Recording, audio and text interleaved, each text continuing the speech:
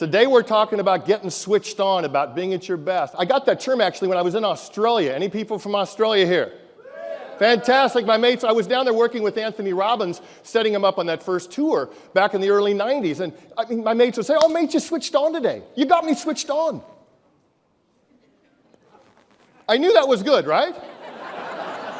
How many people do you know who are switched off? Because here's the key. Have you ever had somebody new come into your company that's so excited to get that job, they love what they do, they don't even know what they don't know yet? You know people like that? I call those people ignorance on fire.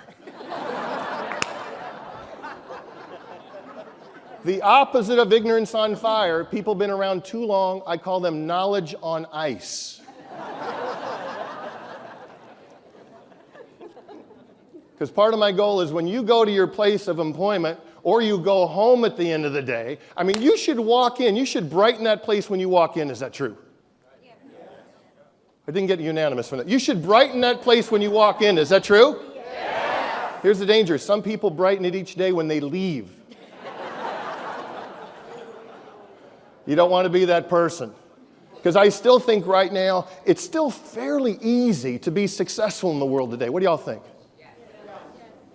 Here's why. It's fairly easy to be successful. That's okay. You're not going to agree with everything I have to say. Take it from this angle. It's fairly easy to be successful because there's so many people who are satisfied with being mediocre.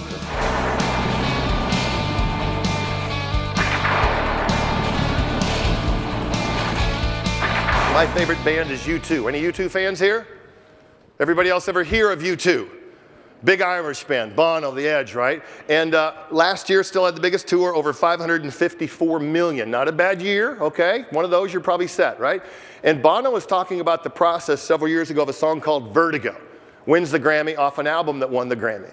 And this is what happens. Hopefully this is what you've done here, trying to work on your business, taking it to the next level. And this is what they said. They've been in the studio for months, multiple producers, listening to it. And Bono recalls an early version that, and I love this language, that was massaged, hammered, tweaked, and lubed. You got to go into the studio and work on stuff, is that right? Because not everything works the way it should. And this is what he said. They listened to it. Everybody agreed that song was very good. Most people, after working on something hard, get to very good. We do what? Stop, because gosh, it's very good. This is what Bono said. Very good is the enemy of great. You think great is right next door? It's not. It's in another country. I've had the privilege of knowing Chip now for about 8 years. We've done dozens of events together. One of the things and one of the reasons I highly recommend Chip is he comes in early, makes sure he understands the audience, the strategy, the campaigns you might be embarking upon, and then brings it the next day in the presentation. And he just not only gets the audience switched on, but he comes switched on, and the results have been fabulous. Being good at what you do becomes the enemy of being great at what you do. When somebody comes in, and the host has got 242, they're ready, that welcome, there's a good way to do it. Is that right? And there's a great way to do it.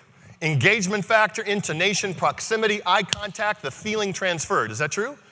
There's a chasm between that way.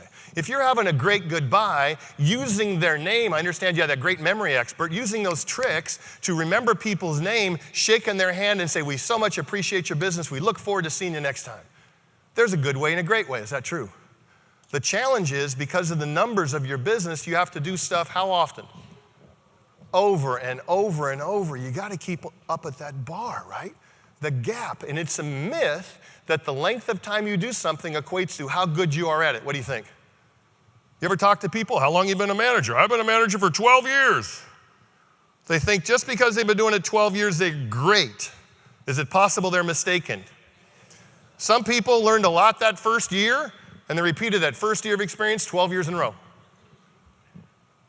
Good gut check question for you. How much better are you at what you do than you were last year? Where have you raised the bar? Where have you turned those little errors into new disciplines? What have you done better? Yeah. Well, at the end of the day, Chip just took it. He took the energy. He made everybody remind themselves why they're in the business, what makes it so important. And he actually had them break through any kind of mental barriers that they had for themselves and how they could make the best for themselves, their families, and their workplace and get to the finish line.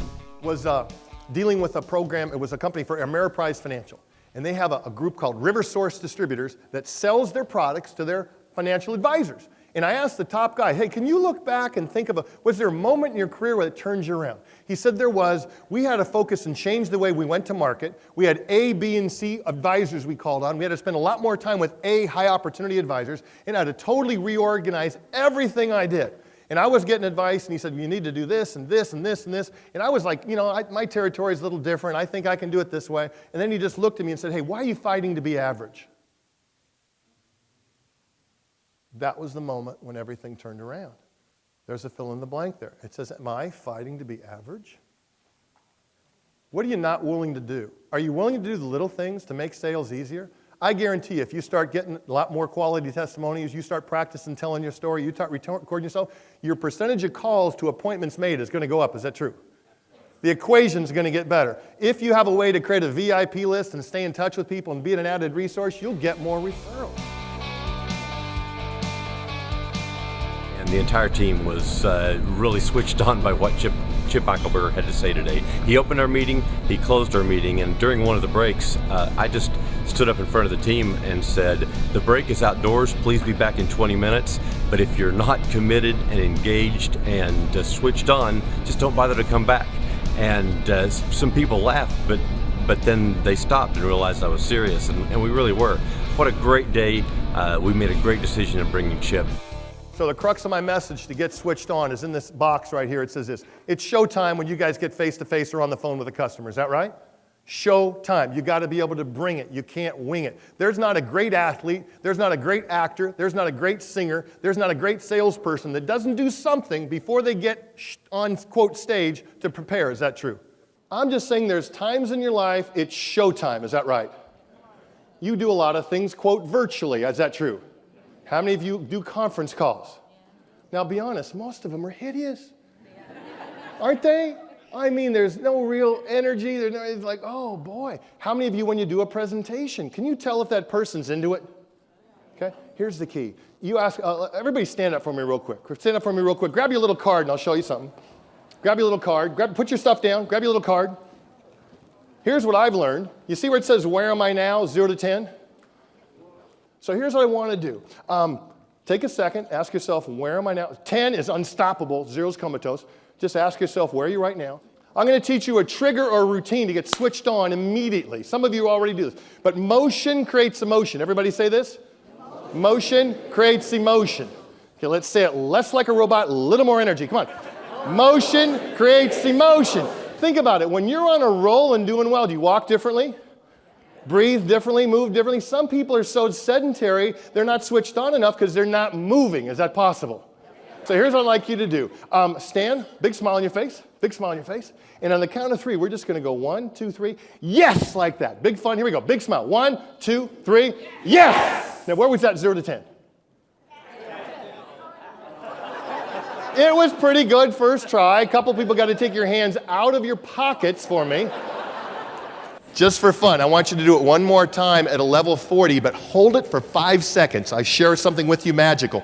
Go level 40, hold it for 5 seconds. Here we go. 1, you too, sir. Here we go. 1, 2, 3.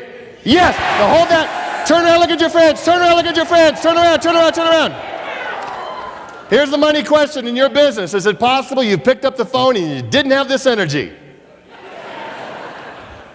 Is it possible that sometimes after the 14th customer of the day that you don't have this energy? Is that possible? Yes. Okay, better than popping a Red Bull in the afternoon, knowing motion creates emotion. Maybe you go out in the back room and you do 10 jumping jacks. I don't know, take a walk. Take a 10-minute walk. Get out of the store. You can't be in there 12 hours at a time. Is that true?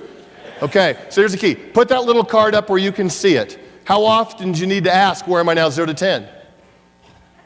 More than once a month. Does that make sense? You can save that down day from being the down month. Okay, one more yes. Let's finish up here. 1, 2, 3. Yeah! Putting the throttle down in the morning with his address to our group just really gave our team, our 200 employees, the energy to go through the entire day. And the pinnacle, the icing on the cake, was at nearing the end of the program, bringing Chip up and going through the board-breaking exercise and watching the impossible become possible.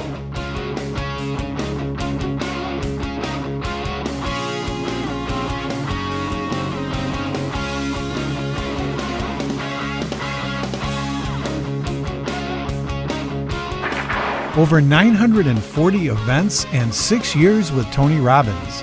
Chip will do his homework to tie into your theme, customize his message, and create valuable sticky content.